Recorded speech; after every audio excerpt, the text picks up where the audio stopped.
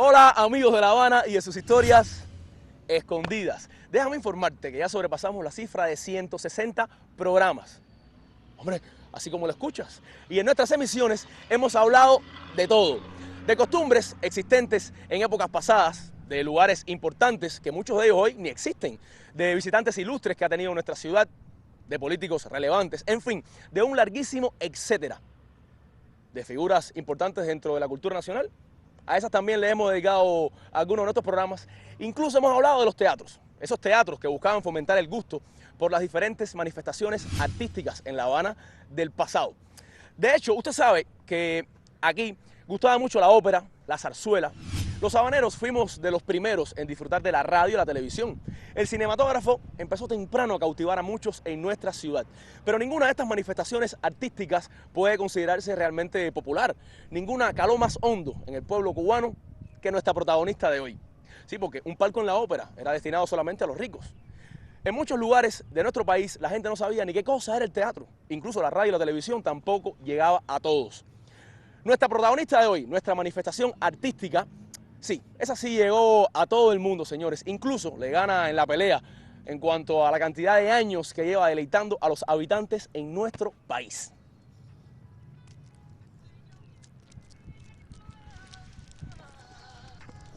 Del circo, mis amigos, estaremos contando historias en nuestro programa de hoy. Porque, aunque yo no había nacido, me lo contaron. Y como me lo contaron, ahí va.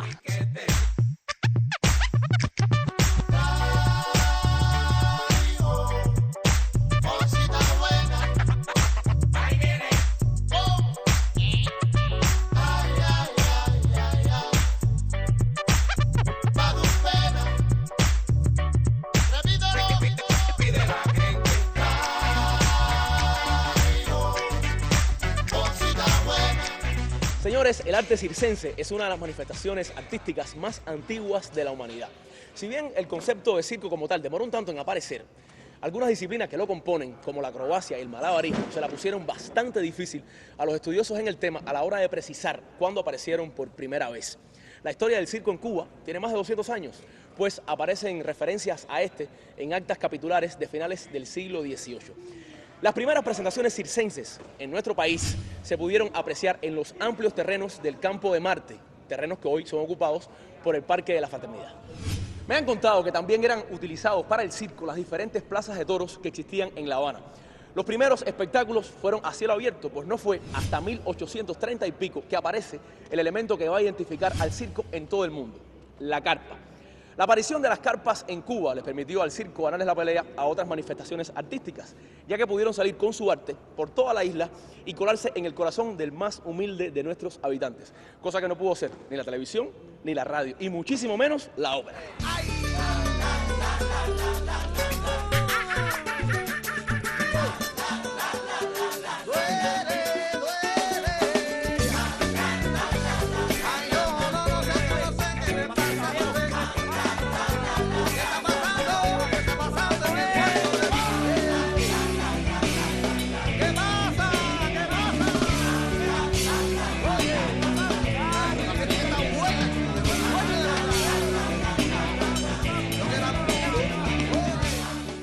Al pueblo más recóndito de nuestra geografía podía llegar cualquiera de nuestros circos ambulantes.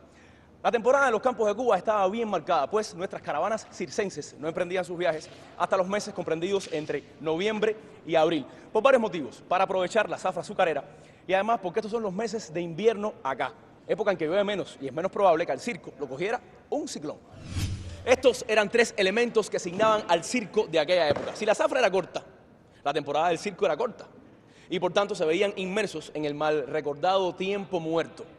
Si llovía, como la mayoría de las carpas no era de lona como hoy en día, sino era una telita más bien de bajo costo, la pista se mojaba y los artistas no podían trabajar. Y si aparecía un ciclón, la carpa se iba a bolina y casi nunca volvía a aparecer. Pero a estos elementos enemigos del circo hay que agregarle uno más: las defunciones. Nada peor podía sucederle a un circo que llegara a un poblado, levantar la carpa, prepararse para las funciones y que se muriera alguien. Ahí sí, el pueblo se sumergía en el más estricto de los lutos y ni siquiera los borrachos iban a las funciones. La inmensa mayoría de estos circos ambulantes eran bastante pobres y sus espectáculos tenían realmente poco rigor. Pero bueno, se bastaban para hacer las delicias de sus pobladores y su llegada provocaba una alegría inmensa, no tan solo en los niños, sino también en los mayores, en todos los habitantes del pueblo.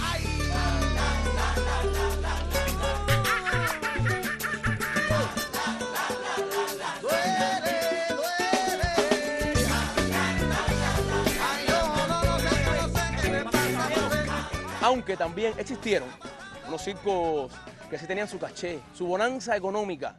Sí, señor, se iban de giras por los diferentes poblados de nuestro país, pero tenían plaza fija aquí en la capital. De esos también les queremos hablar en nuestro programa de hoy. No sin antes darle las gracias a la carpa Trompoloco, que actualmente es la sede del Circo Nacional de Cuba y que tan gentilmente nos han acogido para iniciar nuestro programa. De los circos de caché, vamos a hablar en otro lugar. Sígueme. Teniendo yo que decir, hace calor en La Habana, mi hermana, hace calor en La Habana, hace calor en La Habana, mi hermana, y cuéntame de Madrid. te digo a ti, Hace calor en La Habana, mi hermana, hace calor en La Habana, hace calor en La Habana, mi hermana, y cuéntame de Madrid. Mis amigos, durante muchísimos años, el circo más famoso y mejor preparado de Cuba fue el Gran Circo Pubillones. Y aunque no se sabe a ciencias ciertas cuándo es que se fundó, sí me han contado que por allá por 1880 y pico ya funcionaba. Fue fundado por el asturiano Santiago Pubillones y aunque tenían carpa, la cual armaban en los alrededores del Hotel Plaza, también utilizaban algunos de los teatros más importantes de nuestra capital para sus funciones. Tanto el Tacón como el Pairé, que tengo a mis espaldas, y con posterioridad el Martí, le sirvieron de sede para sus espectáculos que contaban con los consabidos leones, el Comecandela, los payasos, acróbatas, malabaristas, y también dejaban ver algunos números de mayor elaboración como la de su afamada compañía ecuestre, y siempre con una elegancia impecable. Con el tiempo fueron dos circos pubillones, pues Antonio, el hermano de Santiago, se independizó y le mantuvo el nombre a la carpa. Este circo duró hasta la década del 20 del pasado siglo, pues los hijos de Antonio y Santiago no supieron gestionar las carpas como en tiempos de sus padres, ¿no? Y tampoco pudieron vencer la competencia que les estaba brindando otro de los grandes circos de Cuba, el Santos y Artigas. Pero para hablar de ese, nos vamos a ir a casa del maestro Ciro. ¿Me acompañas?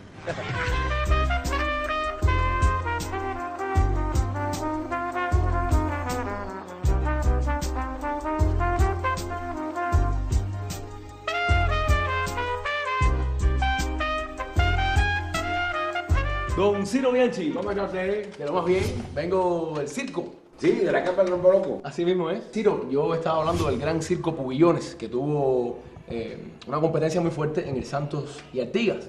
Sí. ¿Qué me puedes decir tú del Santos y Artigas? Es que es una cosa muy curiosa. Santos y Artigas eran dos individuos, eran dos caracteres totalmente opuestos. Santos era un hombre apacible y Artigas era un hombre de más impulso, de más acometividad. Y esta gente tenían arrendado el Teatro Pairé. Ellos eran productores de cine, ellos son de los primeros productores de cine cubano. Las primeras películas cubanas las producen ellos. Ellos están en los pioneros del cine cubano. Y ellos tenían arrendado el Pairé. Pero en diciembre, cuando empezaba la temporada del circo, que empezaba en diciembre, ellos le cedían el Pairé a Pubillones. Y todo eran atenciones con Pubillones. Es decir, si Pubillones quería pajarito volando, Artigas le buscaba pajarito volando a Pubillones. Pero un día Artigas necesita un palco para unos amigos, qué sé yo, un amigo, una familia, amiga, no sé, necesita un palco. Y le manda a Pubillones a decir que por favor que necesita un palco para la función de tal día. Y Pubillones le dice que lo siente mucho, pero que no puede darle el palco. ¿Cómo? Así, Ay, mamá. así tranquilamente. Y entonces Artigas le manda a decir, dígale a Pubillones que para el año que viene Santos y Artigas tendrán su propio circo. En efecto, el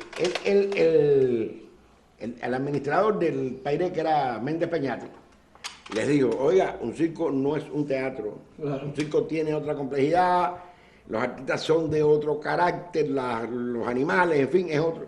Pero ellos piden un crédito de $30,000, que se los dan, y con eso, y se creen que con eso pueden hacer el circo. Van a ver a los grandes agentes que representaban a los artistas de circo, ¿Y qué dinero tienen? 30,000 pesos. No, eso no alcanza ni para empezar. Todos le decían lo mismo.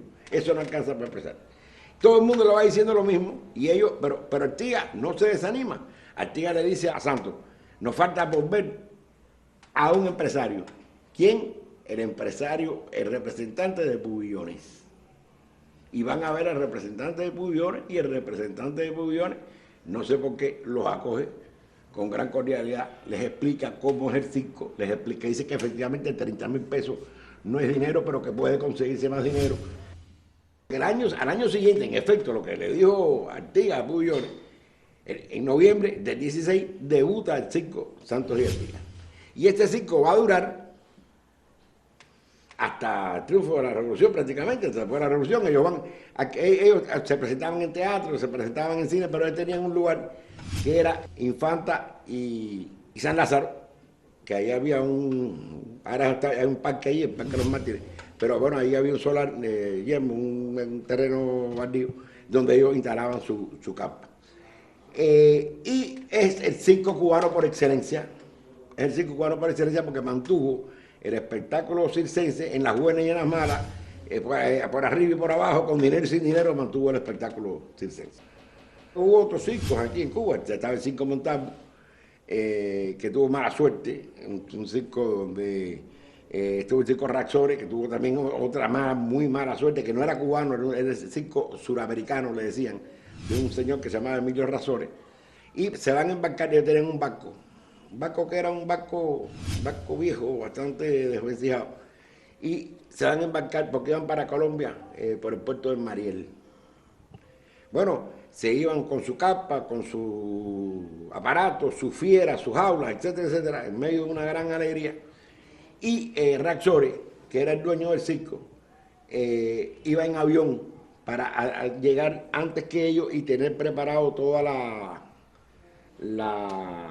el recibimiento. Pero en el barco iba la mujer de Raxores y los hijos de Raxores. Toda la familia de Raxores iba en el barco con los artistas, eran 67 artistas y tripulantes. Y los coge un ciclón en alta mar y acaba con el barco. Dice que ellos no pudieron avisar porque no tenían radio para avisar. Otros dicen que el capitán no quiso avisar porque llevaban contrabando. En fin, nunca se aclaró. Hubo de aquellos 60 y pico de tripulantes y de actores, se salvaron 6 o 7, entre ellos el domador. Ciro, ¿por qué no me haces la anécdota del pianista con el león? El problema es que estos espectáculos, acuérdate que aquí había, en La Habana del siglo XIX, había 5 teatros. Por ejemplo, el Circo Teatro Jané, que está ahí al lado del Hotel Saratoga, el Circo Teatro Villanueva, que estaba por el Palacio Presidencial. El mismo Pairé lo tenía alquilado Santos y Artigas, pero se lo arrendaban en diciembre a Pubillones. Y Pubillones tenía su fiera en el sótano del Pairé. Pero cuando no había función de circo, había otras funciones, había conciertos. Y está Paderewski, que es el gran pianista polaco, que viene a Cuba, un hombre muy respetable, un gran intérprete de Chopin, que llega a ser presidente de Polonia después con el tiempo, y está tocando en el Pairé, en el escenario del Pairé, y de buena primera, un león.